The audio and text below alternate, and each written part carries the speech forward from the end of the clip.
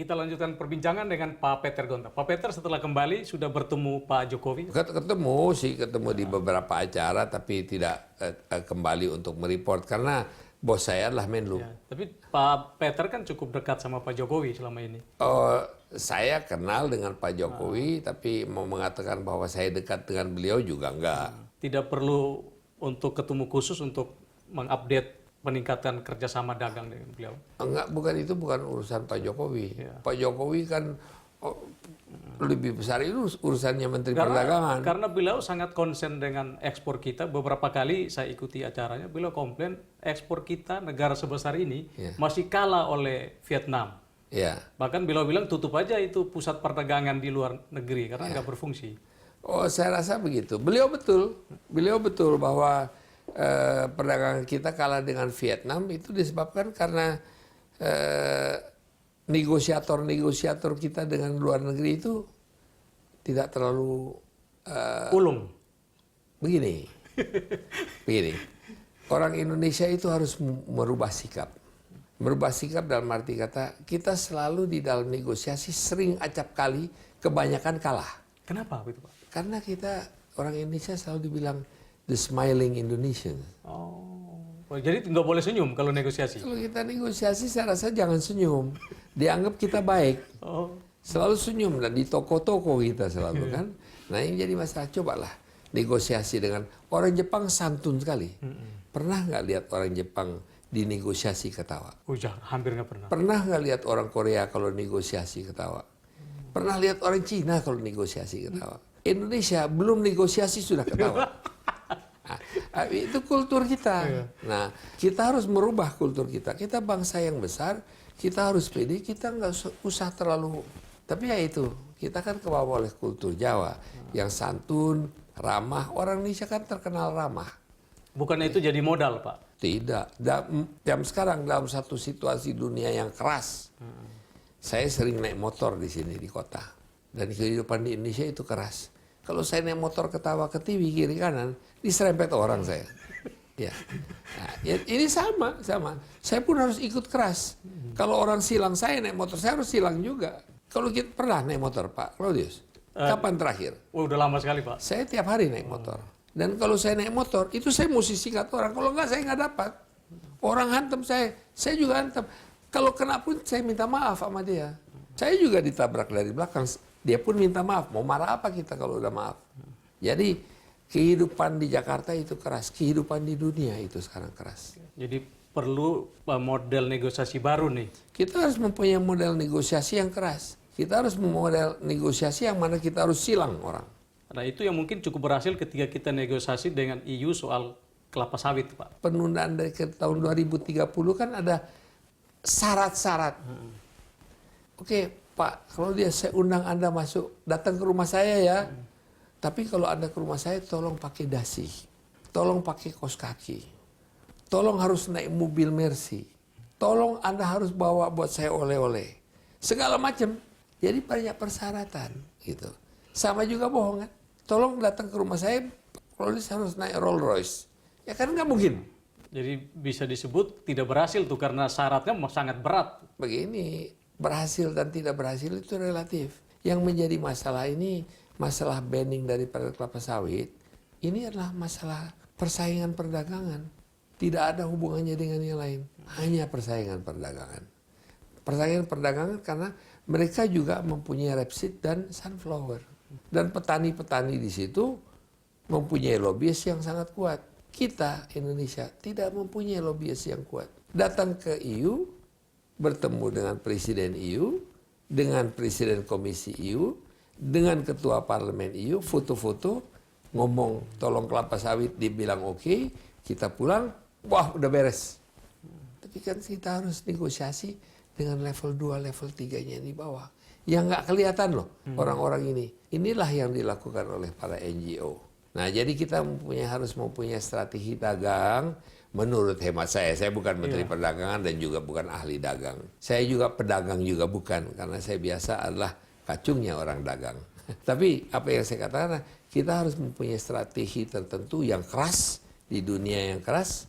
Ya, untuk bernegosiasi. Ya, buat saya terus terang, saya sering membuat lelucon kepada Pak Menteri juga, menteri-menteri saya katakan, Pak, apa sih andalan ekspor kita? Apakah itu cuman tolak angin dan Indomie? Lain tidak ada. Kita tidak punya produk untuk diekspor. Kita lihat Jepang punya Mitsubishi, Suzuki, Honda, Canon, Panasonic, anta beranta. Korea punya LG, punya Samsung dan sebagainya. Cina mempunyai begitu banyak produk ekspor. Kita nggak punya. Coba Pak Claudius, saya mau tanya, kalau saya jadi pewawancara, Pak Claudius tolong sebutkan apa produk ekspor kita? Ya, sepatu, Ya, tekstil, ya, makanan dan minuman, ya, elektronik, ya. kelapa sawit. Bukan, barang jadi. Barang jadi. Elektronik, Produk merek apa? Tekstil, sepatu merek apa? ya namanya nggak spesifik ya. Oh, nggak itu ada, harus jelas. Namanya nggak spesifik. Harus jelas. Kita di sini tukang jahit, Pak. Tukang jahit. Adidas, merek Jerman. Nike, merek Amerika. Ya kan? Tekstil juga banyak. Tekstil apa? Kita punya Hugo Boss, kita punya Armani. Tapi ini semua justru adalah produk-produk yang sebetulnya sangat merugikan kita. Karena pencemaran yang dihasilkan dari produk-produk yang merek-merek luar negeri ini dibawa ke Indonesia. Nah, Pak, kita harus sedikit lebih mengetahui mengenai produk apa sih. Memang kita akhirnya mempunyai tenaga, tapi kita tidak punya inovasi. Apa inovasi kita? Yang jadi masalah buat kita inovasi dulu Pak Habibie membuat pesawat terbang luar biasa. Tapi politisi kita kalau begitu ada inovasi langsung dibunuh. Nah itu saya juga bingung. Pak Peter, ini gambaran Pak Peter ini seakan-akan kita nggak punya fokus ke produk ekspor. Ini apa implisit saya bisa sampaikan bahwa negara gagal nih, nggak mampu untuk membuat sesuatu yang... Ini bukan kesalahan Pak Jokowi, bukan kesalahan Pak SBY, bukan kesalahan Presiden. Ini kesalahan pimpinan kita selama 50 tahun. Oleh sebab itu, Presiden Jokowi sekarang mengatakan saya mau mengirim bukan 10.000, bukan 100.000, 1 juta anak mahasiswa muda ke luar negeri untuk belajar teknologi, untuk membawa itu kembali sehingga kita, itu kan yang dilakukan Cina. Cina mengirim sebanyak mungkin mahasiswanya ke Amerika Serikat. Terbanyak, luar biasa banyaknya, sampai ratusan ribu. Akhirnya mereka kembali belajar membuat teknologi yang sebetulnya dia belajari di Amerika. Nah kita selalu mengirim orang ke Amerika untuk ambil S3 apa? Hukum. Untuk S3 ekonomi. Kita tidak akan membangun negara dengan hukum dan ekonomi saja. Kita membuat negara kalau kita sudah bisa bikin iPad begini. Nah ini minggu lalu rame diperdebatkan soal anggaran riset kita yang masih kecil. Apa karena kaitan dengan ini, Pak? Anggaran riset kita tuh bukan hanya kecil. Sangat kecil. Dan anggaran riset kita kebanyakan dipakai buat rumah pejabat riset. Dibeli rumahnya, dibeli mobilnya. Anggaran riset Polandia, penduduknya 38 juta Pak Claudius. Anggaran risetnya mereka 4 miliar euro. 4 miliar euro. Jadi untuk setiap penduduk yang ada, ya, setiap penduduk ada, per penduduk, per kapita penggunaan untuk riset, itu sekitar 12 sampai 13 euro.